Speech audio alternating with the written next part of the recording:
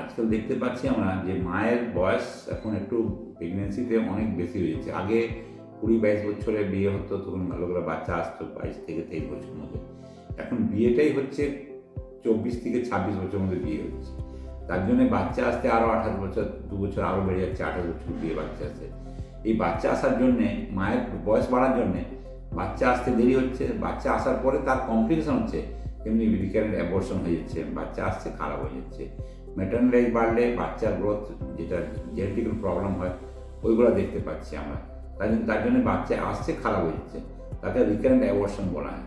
তার জন্য মাকে আর ভালো করে খাওয়া দাওয়া তো রাখতেই হবে, প্রপার ট্রিটমেন্ট নিতে হবে যে আমার কেন বাচ্চা খারাপ হয়েছে। এখন অ্যাকচুয়ালি অনেকগুলো পরীক্ষা চলে এসছে, তাতে আমরা ধরতে পারি যে কী কারণে বাচ্চা খারাপ হচ্ছে। যদি সব ঠিক থাকে, নিশ্চিত মা ভালো বাচ্চা পাবে। কিন্তু ডাক্তারের সঙ্গে যোগাযোগ রাখতে হবে, যে ওর বয়স বাড়লে একটু পরীক্ষার সংখ্যাটা বেড়ে যায়।